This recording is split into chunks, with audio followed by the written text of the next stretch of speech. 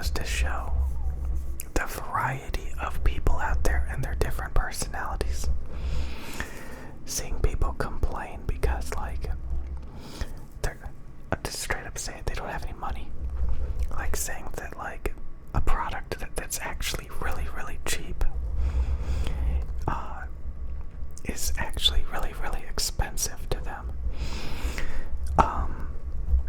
Or like, they just don't know how to use the product, or they don't have the right equipment for it. And, so they get really bad results with it, or like, they don't appreciate the quality of the product.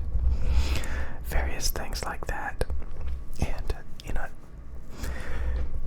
it's kind of funny that you can, and that's one of the main reasons why, like, I try not to, like, I was gonna say I try not to be too opinionated, but I really am. I'm way too opinionated. And you constantly get comments from people. Sometimes, they're gonna be those people that are constantly complaining. So even in my own comment section, I get people that are constantly complaining, or I get people that, like, are very supportive and stuff. And yeah, it's pretty funny. I personally, it sucks because, like, a lot of times you're interacting with people and you realize it's just not going to work out. Their personality is just not right to be compatible with you, It's pretty terrible. God, I have Instagram installed again. I don't know why. And it's just constantly showing me these, all it is people showing off. It started recommending me all this gamer stuff lately, I guess because, like, I kept watching the gamer stuff. And, like, yeah, it's just, honestly, playing video games is, like, the most uncreative thing imaginable. I mean, you could say that. Yeah, I mean, ASMR requires way more talent, especially the ones who are good at it. Who do all the acting and have the props and everything. That's a lot of work. Like, you have to master the triggers. You have to have all this stuff set up just right. You gotta time it just right. You gotta do all these different things. And a gamer, don't you tell me you have to be, you have to get good. No. Gamers just, like, lay there and just click a mouse and keyboard and barely say anything. They literally just record themselves mindlessly playing a video game. Typically, and the game does all the work. The game does the creativity for you. It does the thinking for you. It does the entertainment for you. And, like, they just, like, lay there and wiggle a mouse and push some keys on the keyboard. And then they wonder why they get, like, 10 views a video. Because that's all you're doing. Like, everybody, that's how I felt about video game commentaries back in, like, 2008.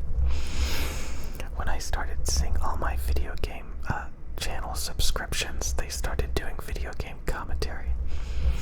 And I was like, what is this? I'm literally sitting here watching somebody play, like, match after match of Call of Duty, or, like, running through these single player levels. Like, if I wanted to watch somebody play a video game, like, why would I do that?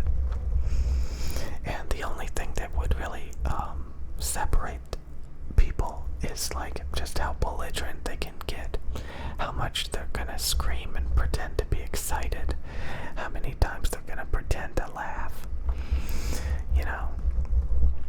and they just end up, like, babysitting. Like, it's terrible. It's terrible. I mean, I was a little bit mesmerized by it even lately. But just for a minute.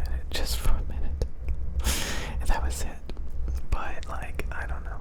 There's a lot of people. Actually, I've seen people leave comments like, you know, there are way bigger gamer channels than your ASMR channel. Yeah, like 5 of them. And then everybody else is getting 5 views. So you got like a handful of like, you know, like if you think about Twitch streaming, what do you think? You think Pokemon, maybe 1 or 2 other streamers. Everybody else gets 5 viewers. So it's basically a platform that's just like dominated by a handful of people. And I mean, YouTube is like that as well. You know, everybody knows the handful of like those gamer channels. PewDiePie, Markiplier, you know, stuff like that. A couple of other ones, Jacksepticeye. I listed already about half of them. So, you know, there's not that many, and like, I don't know. And a lot of them are actually like starting to just like do vlogs more than anything else. I see that more and more. A lot of these even the small gamer channels, like they either talk about video games more than play the video games now these days, or like they're like vlogging and stuff now. So yeah, I don't know how this got into talking about video games, but yeah, like, I mean, can you make playing video games exciting? Yeah, you know, kind of. Especially like if your audience is like a bunch of, you know,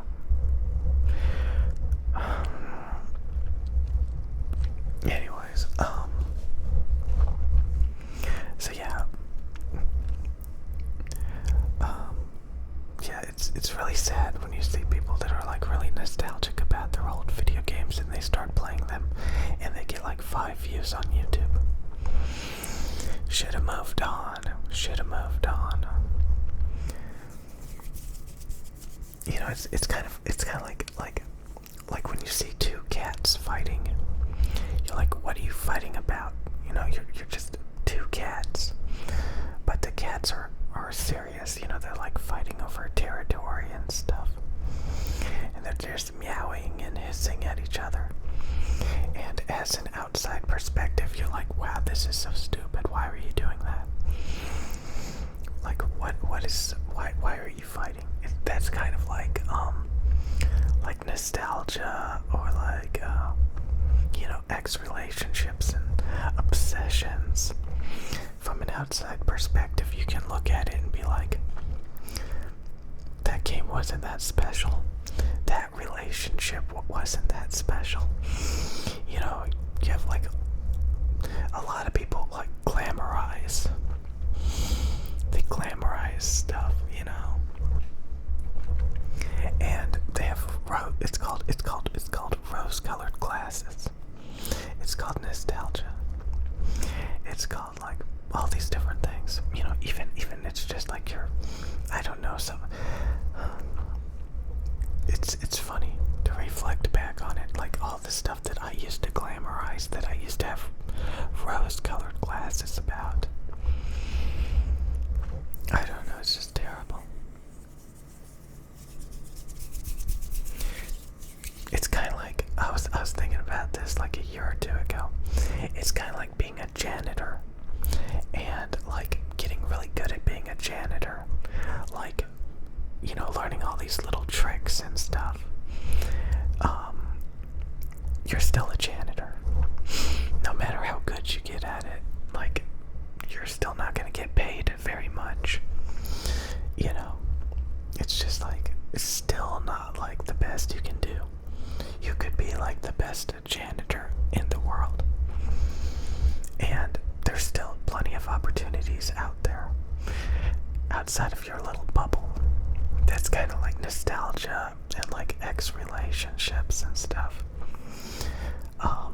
You know, people pedestalize a lot of this. And honestly, it's never like the only thing that's out there or like the best thing that's out there. In fact, it tends to be like mediocre. And you just have like bad taste and stuff. You know? And it's just like, I don't know, but there's so much variety out there. Like I said, like the Amazon reviews, like you can have somebody say, oh, this is terrible, this is horrible. And then somebody else says, this is amazing, it's just so great. So you have people with these totally different experiences. And, you know, when you interact with those people, it's just frustrating. Like, you know, they're so hard-headed, and, like, why would you even bother trying to change their opinions? That's one of the, like, the main reasons why, like, I just don't even bother. I just don't even bother. So maybe that's what's good about, like, being a consumer. You get to make your own choices. You get to decide. You get to make the choices. Even if you have bad taste in things, you still get to enjoy it, and, like, so it's great. I think that's great. That there's, like, a lot of variety out there. A lot of possibilities, a lot of choices. That's probably the only good thing about it. That's like the only good thing about it. Even if you have bad taste in things, or like if you just want to be obese and you want to be a glutton, or you just like you want to have a certain lifestyle, you know, you can be in really good shape or you can be obese. It's up to you. You know, it's like you get to make all these different choices and have all these different opinions. And honestly, like I said, it can be pretty annoying, which is the reason why, like,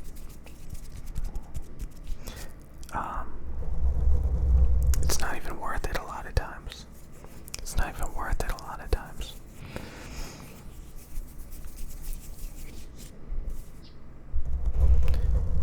Got all these people with their own opinions.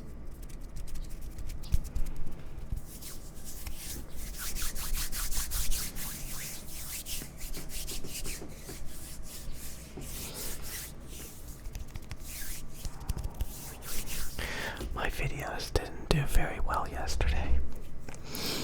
I'm sure they'll probably get eventually over 1,000 views, but I've had a couple of videos not get over 1,000 views over the past few weeks, I believe. So yesterday, like, yeah, I didn't gain many subscribers, if at all. I don't even know. Like, it's weird. Like, one day you could gain 200 subs, the next day you could gain like 100 subs, the next day like 80 subs, and then one day like you get like 2 subs, and you're like, so yeah, YouTube only recommends your videos for like a day, and then you gotta get back up on it, and then you gotta hope that YouTube recommends the new videos. It's really awful when like your YouTube channel stagnates, even for like a day. If your YouTube channel stagnates, you'll notice that the subscriber count flatlines, the view count starts to drop considerably, and yeah, it's just but luckily, like, the algorithm is so chaotic, you know, the next day you can expect it to shoot back up sometimes. Yeah. And that's if, you know, you even get recommended by the YouTube algorithm at all. Because the algorithm will completely ignore some YouTube channels. And you'll get like 30 views and that's it, because you will never get recommended. And at that point, it's time to like work on a different channel, making totally different types of videos. Because sadly, YouTube doesn't tell you that, hey, your YouTube channel is going to be starved. We're not going to give you any views. You can make videos for years, and it's not going to get better. Honestly, YouTube should tell you that straight up front. Because a lot of people waste a lot of their time not realizing that it's all about getting the algorithm to recommend your videos. That's all it is. That's all it is. That's all it is.